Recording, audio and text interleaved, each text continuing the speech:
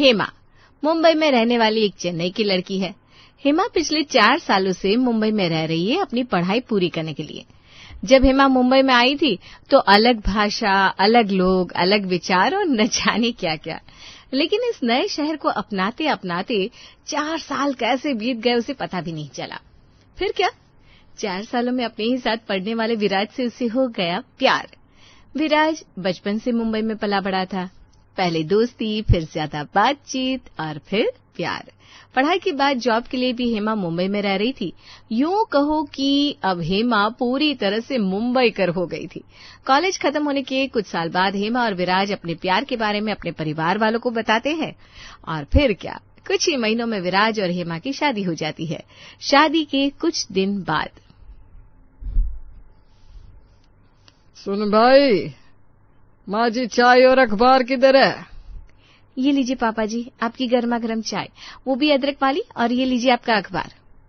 और मेरा वड़ा पाव किधर है? वो है क्या हो आपका वड़ा पाव? जैसे वड़ा पाव के बिना आपको चाय हजम ही नहीं होती। बहू को समझ सकता हूँ, बहू मुंबई की नहीं है, लेकिन तुम मुंबई कर होकर वड़ा पाव को कोस रही हो। अरे कोस नहीं रही हूँ, मला माहिती है तुमको वड़ा पाव कितना प्यारा है। हाँ, उतना ही जितना हर एक मुंबई कर को होता है। 40 साल हो गए, आज तक बिना वड़ा पाव खाए मेरी एक भी सुबह नहीं हुई। अरे इसकी बात भी नहीं होगी पापा जी, मैं वड़ा पाव बनाना सीख रही हूँ। अरे वाह वाह वाह, ये तो बढ़िया बात है। देखिए श्रीमती जी, हमारी बहू मुंबई कर हो रही है। वैसे बहू, हमारी मुंबई तुमको पसंद तो आई ना? मैंने सुना कि चेन्नई बड़ा ही शांत शहर है।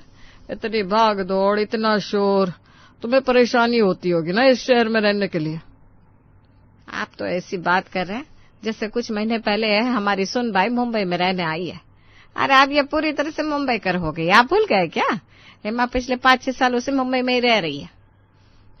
भाई, मैं बिना मुझे याद ही नहीं रहता कि हेमा पिछले कई सालों से मुंबई में रह रही है, बार बार भूल जाता हूँ। सुन भाई, अब तुम पिछले कई सालों से मुंबई में रह रही हो तो तुम्हें तो तुम्हारे चेन्नई की याद नहीं आती होगी। याद तो बहुत आती है पापा जी, लेकिन मेरी 12th हुई और मैंने जो घर छोड़ा तो फिर कभी फुर्सत ही नहीं मिली घर जाने की। जब भी जाती थी तब वापसी की टिकट साथ नहीं होती थी। अब तो मैं भूल जाती हूँ कि पहले मैं चेन्नई में रहती थी, क्योंकि जब से मुझे समझ आई तब से मैं मुंबई में रह रही हूँ। पहले पढ़ाई, फिर काम, फिर शादी। न जाने कब फुर्सत से चेन्नई जाने का मौका मिलेगा। जैसे ही सुधाकर जी चेन्नई के बारे में बात करने लगते हैं, हेमा अपने मायके चेन्नई को याद करने लगती है। उसके चेहरे पर साफ साफ दिखाई दे रहा था। सास ससुर और बहू के बीच में हो रही बातचीत विराज के चेहरे पर मुस्कान ला रही थी और उसके हाथ में कुछ कागज भी थे। देखिए श्रीमती जी, हमारे लाडले के चेहरे की चमक, आपको नहीं लगता शादी के बाद हमारे लाडले का चेहरा कुछ ज्यादा ही खिल गया है? नहीं तो हमेशा उदास उदास घूमता था। घर आने के लिए 100 बार फोन करना पड़ता था, लेकिन जब से शादी हुई है तब से वक्त पर घर आने लगा है। बिल्कुल सही कहा जी आपने। विराज आजकल कुछ ज्यादा ही खुश रहने लगा है और मुझे तो पूरा यकीन है इस खुशी का राज हमारी बहू हेमा है। विराज के चेहरे पर मुस्कान देखकर स्वाति और सुधाकर विराज की इस खुशी का श्रेय बहू हेमा को देते हैं। स्वाति और सुधाकर की बात सुनकर हेमा शर्माने लगती है। तभी विराज कहता है, माँ पापा, आपकी बात बिल्कुल सही है। हमेशा उदास उदास घूमने वाला विराज आजकल कुछ ज्यादा ही खुश रहने लगा है और उसका पूरा का पूरा श्रेय हेमा को जाता है।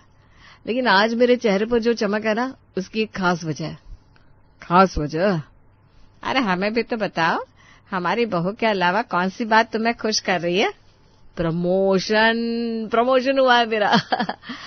लेकिन कुछ महीनों तक मुझे अलग शहर से काम करना होगा।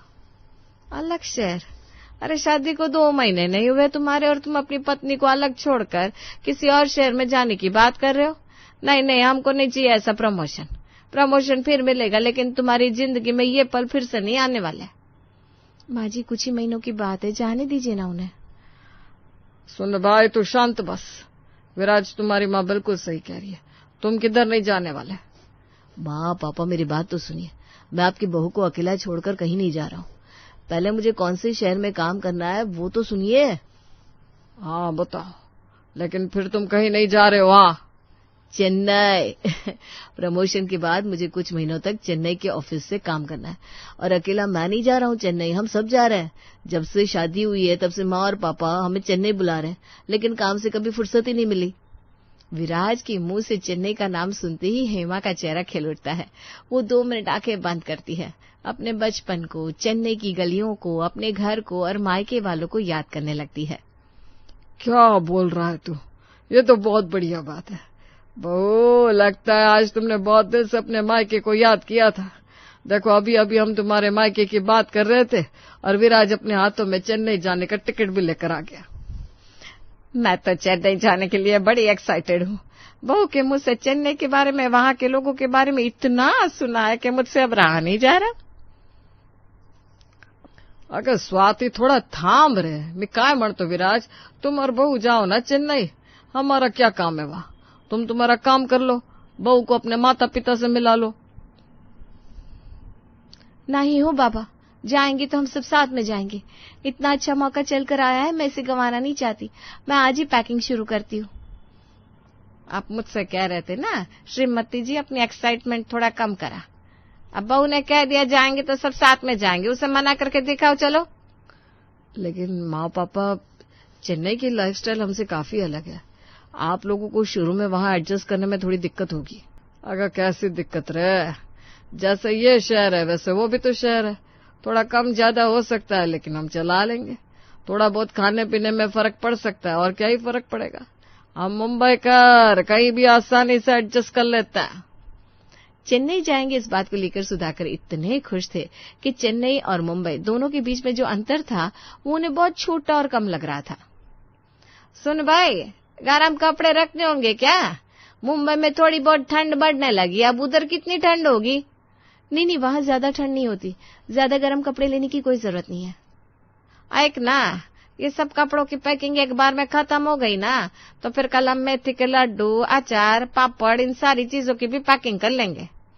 हाँ, ये आप जैसा कहोगी वैसे ही सब कुछ करेंगे। मैं क्या मरते, वो लोग पूरन पोली खाते होंगे क्या? हमारे यहाँ पूरन पोली कितनी फेवरेट है सबकी, मैं उनके लिए भी बना लेती है। अरे भाई, हो गई ना चेन्नई जाने की तैयारी। आप लास्ट मोमेंट पर तुम्हारी तैयारी की वजह से कुछ गफला नहीं होना चाहिए। मैं मेरे सारे दोस्तों को बता चुका है कि हम सब चेन्नई जा रहे हैं। वैसे तो चेन्नई हेमा का मायका था, लेकिन हेमा से कई गुना ज्यादा चेन्नई जाने की एक्साइटमेंट स्वाति और सुधाकर के चेहरे पर नजर आ रही थी। वैसे जब से हेमा ने मायके जाने की बात सुनी थी तब से वो भी बहुत खुश थी, लेकिन जैसे ही चेन्नई जाने के दिन नजदीक आ रहे थे, हेमा को किसी बात की चिंता सता रही थी। चेन्नई जाने की सारी तैयारी तो हो गई है, लेकिन मुंबई की कुछ आदतों का क्या करें? हमारे घर में सभी औरतें दिन भर रात में साड़ी पहनती और माँ जी को नाइट सूट लगता है। पापा जी की भी एक भी सुबह चाय, अखबार और वड़ा पाव के बिना नहीं होती। अखबार में जैसे तैसे ऑनलाइन में मैनेज कर लूंगी, लेकिन वड़ा पाव का क्या करूं? अभी तक तो मुझे ठीक से बनाना भी नहीं आता। 1-2 दिन की बात होती तो पापा जी एडजस्ट भी कर लेते, लेकिन उनकी इतनी पुरानी आदत अब वो अचानक बदल जाएगी तो। आईने में देखकर हेमा खुद से कुछ बातें कर रही थी। स्वाति और सुधाकर की एक स्टेटमेंट देखकर वो सच में चेन्नई में एडजस्ट कर पाएंगे कि नहीं, इस बात की चिंता हेमा को सता रही थी। हेमा, इतने सालों बाद अपने घर जा रही हो, थोड़ी तो एक्साइटमेंट दिखाओ। अगर तुम्हारा चिंता वाला चेहरा तुम्हारी माँ ने देख लिया तो क्या सोचेंगे हमारे बारे में। चलो जल्दी करो, आज शाम की ट्रेन है हमारी। सारे कपड़े बैग में पैक होते हैं, दरवाजे खिड़कियां बंद होती है। विराज अपने पूरे परिवार को लेकर चल पड़ता है अपने ससुराल की ओर। वहां चारों पहुंचते हैं स्टेशन पर। स्टेशन पर पहुंचते ही सभी लोग एक तरफ और ये चारों एक तरफ। स्टेशन पर उतरते ही विराज, सुधाकर, स्वाति इधर उधर देखने लगते हैं, क्योंकि स्टेशन पर सारे बोर्ड तमिल में थे। अरे भाई विराज, ये क्या है? किस तरफ जाना है, क्या करना है, कुछ समझ में ही नहीं आ रहा। बहू तुम बताओ, किधर जाना है? पापा जी, मैंने खुद कई सालों से तमिल नहीं पढ़ी और ये स्टेशन भी कितना बदल गया है, मुझे तो कुछ समझ में नहीं आ रहा। फिर भी चलो किसी से पूछते हैं। इधर उधर तामिल देखकर स्टेशन पर ही हेमा के मुंबईकर ससुराल वाले चौंक गए थे। फिर भी ये सिर्फ शुरुआत थी, न जाने आगे और क्या क्या होने वाला था। जैसे तैसे सब घर पहुंच जाते हैं। हेमा के मायके वाले अच्छे से हेमा के ससुराल वालों का स्वागत करते हैं। हमेशा नमस्कार सुनने वाले मुंबईकर को वड़कम सुनकर थोड़ा अजीब तो लगता है, और आते ही सबके लिए बनती है गर्मा गर्म कॉफी, सामने कॉफी का कप देखकर। अरे भाई, शाम का वक्त है, शाम में कॉफी कौन पीता है? शाम की थकान दूर करने के लिए हम मुंबईकर तो चाय पीते हैं। हे भगवान, हेमा ने फोन पर बताया था आप सब चाय पीते हो, लेकिन घर में चाय पत्ती तो है नहीं। कोई बात नहीं माँ, आप मुझे कॉफी पाउडर निकाल कर दे दो, मैं साथ में चाय का मसाला लाई हूँ। थोड़ी सी चाय मिलाकर मैं अलग तरह की चाय पापा जी को बनाकर दे देती हूँ। हाँ, चाय के मसाले से चाय का स्वाद भी आ जाएगा, और गौती चाय के पत्ते डालने से ना कॉफी बिल्कुल चाय की तरह लगने लगेगी। जैसे तैसे हालात संभालने के लिए हेमा अपना दिमाग लगाकर कॉफी को चाय के साथ बदल देती है। बहू ने भले ही जुगाड़ करके लेकिन अच्छी चाय बनाई है। दिलीप जी, आप भी लीजिए चाय का स्वाद, बिल्कुल अनोखी चाय है। मैं छोटा था तब से हम कॉफी ही पीते हैं। भले ही आजकल चेन्नई में कुछ लोग चाय पीने लगे हैं, लेकिन मुझे चाय पीने की आदत नहीं है, और इतना कुछ डालकर बनाई हुई चाय बिल्कुल नहीं। हेमा अपना दिमाग लगाकर चाय बनाती है। वो चाय सुधाकर को तो पसंद आती है, लेकिन उस चाय को हेमा के मायके वाले बड़े हैरानी से देख रहे थे। अगले दिन सुबह, बहू मेरी चाय कहाँ है? पापा जी, ये लीजिए आपकी गर्मा गर्म जुगाड़ वाली चाय। ये क्या, आज फिर तुम वड़ा पाव भूल गई? तुम्हें पता है ना, वड़ा पाव के बिना मेरी सुबह अधूरी है। पापा जी, वो मम्मी ने गर्मा गर्म इडली सांभर बनाया है, आज उसका मजा ले लीजिए ना। अरे समधी जी, आप चेन्नई में आए हो, हमारे यहाँ भी खाने जैसा बहुत कुछ है। आप हमेशा वड़ा पाव तो खाते ही हो, आज इडली सांभर और डोसे का आनंद लीजिए। हाँ, ये लीजिए, गर्मा गर्म डोसा और इडली सांभर तैयार है। पिछले 35-40 साल से वड़ा पाव खाकर सुबह की शुरुआत करने वाले सुधाकर जी को आज सुबह सुबह वड़ा पाव खाने नहीं मिलेगा, ये सोचकर उनका चेहरा मुरझा गया था। चेन्नई आने से पहले उनके चेहरे पर साफ साफ नजर आने वाली एक्साइटमेंट उदासी में बदल गई थी। जैसे तैसे सुधाकर जी डाइनिंग टेबल पर आकर बैठते हैं। काफी देर तक इडली सांभर और डोसे को गुड़ते हैं। कविता सबकी थाली में नाश्ता परोसती है। बहन जी, मुझे चाकू दीजिए ना। अरे चाकू की जरूरत नहीं, एकदम नरम है। जोक अच्छा था, मुझे पता है इडली नरम है, लेकिन ये इडली हम मुंबई का चटनी के साथ खाते हैं। अब बहन जी ने चटनी तो बनाई नहीं है, और डोसे की चटनी है वो वड़ा पाव जैसी तो है नहीं, लेकिन कुछ मिलती जुलती है, इसलिए इन दोनों को मिलाकर मैं कुछ अलग बना रहा हूँ। आप बस देखते जाइए। बहन जी जाइए, अब किचन से ना चाकू लेकर आइए। कविता किचन में जाती है और चाकू लेकर आती है। जैसे ही सुधाकर हाथों में चाकू पकड़ता है, वो तुरंत एक इडली को अपने हाथ में उठाते हैं और बीचों बीच काटते हैं। फिर एक कटी हुई इडली को साइड में रखते हैं, एक अपने हाथों में लेते हैं और उसके ऊपर थोड़ी सी डोसे की चटनी डालते हैं, और ऊपर से फिर वही साइड में कट करी हुई इडली का आधा टुकड़ा रख देते हैं। ये कौन सा तरीका है खाने का? इडली का हाल बेहाल कर दिया बहन तुम्हारे ससुर जी ने। वही तो, कितना अजीब लग रहा है। बेटा, तुमने यहाँ आने से पहले मुझे वड़ा पाव की रेसिपी क्यों नहीं बताती? समधी जी को वड़ा पाव इतना पसंद है तो मैं सीख लेती हूँ उनके लिए। माँ, मैं खुद पिछले 4 महीनों से वड़ा पाव सीख रही हूँ, अभी तक मुझे नहीं आया, तुम क्या सीख जाती 2 दिन में? और मैं ही क्या, मेरी माँ जी, वो खुद 40 सालों से कोशिश करी है पापा जी के लिए वड़ा पाव बनाने की, लेकिन पापा जी उन्हें तो सिर्फ मुंबई के लोकल गाड़ियों पर बना हुआ वड़ा पाव ही पसंद है। अगर आपको अपने समधी जी को इतना ही खुश करना है ना, तो फिर जाओ मुंबई की लोकल गाड़ी से वड़ा पाव लेकर आओ। हेमा की बात सुनकर सब लोग हंसने लगते हैं। जब से हेमा के ससुराल वाले चेन्नई आए थे, तब से चेन्नई के तौर तरीकों के साथ एडजस्ट करने की कोशिश कर रहे थे, लेकिन जितना आसान समझकर वो मुंबई में आए थे, उतना आसान भी नहीं था उनके लिए चेन्नई में रहना। इडली और डोसे की चटनी को मिलाकर हेमा के ससुर ने कुछ अलग ही डिश बनाई थी। एक सुबह वो खाकर उन्होंने चला ली, फिर अगले दिन सुबह जब नाश्ते की बात आती है तो फिर वही नाश्ते में वड़ा और सांभर बना था। आज बहन के ससुर को खुश करने के लिए गौरव 10 किलोमीटर जाता है और 10 किलोमीटर की दूरी पर जो वड़ा पाव की दुकान थी, वहां से उनके लिए वड़ा पाव लेकर आता है। लेकिन आज संडे था, इसीलिए उसे इतना वक्त मिला कि वो 10 किलोमीटर जाए, वड़ा पाव ले और 10 किलोमीटर का अंतर काट कर वापस घर आए। लेकिन हर रोज तो ऐसा करना मुमकिन नहीं था। थोड़े दिन तो ये 10 किलोमीटर का अंतर कभी गौरव तो कभी विराज पार कर लेते हैं और सुधाकर जी के लिए वड़ा पाव लेकर आते हैं, लेकिन बस ये कुछ ही दिन चलता है। सुधाकर जी वड़ा पाव लेने को जाते नहीं थे और काम की वजह से गौरव और विराट जा नहीं पाते थे। फिर क्या, कुछ दिनों बाद इडली को काटकर उसके अंदर चटनी डालकर चेन्नई स्टाइल का वड़ा पाव बनाकर ही अब सुधाकर जी काम चलाने लगे थे। पहले कई दिनों तक हेमा के मायके वालों को ये बड़ा अजीब लगता था, लेकिन अब उनको भी इन सारी बातों की आदत हो गई थी।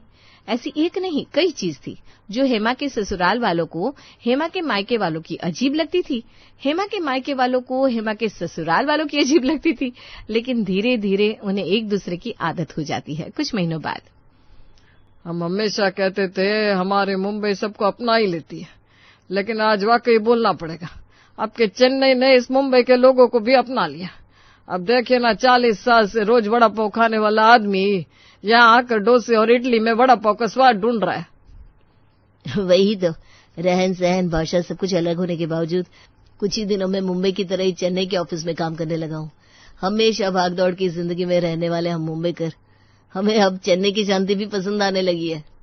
जब हम चेन्नई में आए थे तो बड़ी दुविधा में फंस गई थी मैं। मुझे लगा चेन्नई आने का निर्णय तो ले लिया है, लेकिन न जाने सब कैसे होगा। लेकिन बढ़ते दिनों के साथ मेरे मायके वालों ने और मेरे ससुराल वालों ने एक दूसरे के साथ इतने अच्छे से एडजस्ट कर लिया है कि अभी आप लोगों को साथ में देखकर कोई कहेगा ही नहीं कि ये दोनों परिवार अलग अलग शहर के अलग अलग संस्कृतियों के हैं। सच कहूँ तो जब आप शुरू में वड़ा पाव की जिद करते थे, मुंबई की चाय को मिस करते थे, तो मुझे नहीं लगा था 10-15 दिनों से ज्यादा चेन्नई में रह पाओगे। लेकिन जैसे जैसे दिन आगे बढ़ते गए आपके कुछ तौर तरीके हमें पसंद आने लगे, हमारे कुछ तौर तरीके आपने पसंद कर लिए, और फिर पता ही नहीं चला कब मुंबई और चेन्नई दो संस्कृतियों के बीच में इतना अंतर होने के बावजूद दोनों में दोस्ती कैसे होगी। अलग भाषा, अलग खान पान, अलग कपड़े, अलग विचार, ये सोचकर मुझे तो लगा था आप सबको चेन्नई में रहने में बहुत ज्यादा दिक्कत आएगी, लेकिन कितनी आसानी से आपने हमारी चीजों को, हमारे तौर तरीकों को अपना लिया। हम चेन्नई में रहते हैं, लेकिन चेन्नई के हर एक कोने में हम मुंबई के स्वाद को, हवा को महसूस करने की कोशिश करते हैं। हम ढेर सारी यादों को लेकर चेन्नई आए और उन्हीं सारी यादों के साथ चेन्नई को अपना लिया। लेकिन यह मुंबई से चेन्नई तक का सफर जितना लगा था उतना आसान नहीं था। वो कहते हैं ना, मुंबई कर जहां भी जाते हैं वहां एडजस्ट हो ही जाते हैं, लेकिन वहां जाने के बावजूद उनकी खासियत नहीं छोड़ते। हाँ बहन जी, बिल्कुल सही कहा आपने। सुधाकर जी ने बनाई हुई इडली का वड़ा पाव खाकर ये बात तो हमारी समझ में अच्छे से आ गई है। दिलीप की बातों पर सब लोग हंसने लगते हैं और इस तरह से मुंबई का ससुराल चेन्नई में घुल मिल जाता है।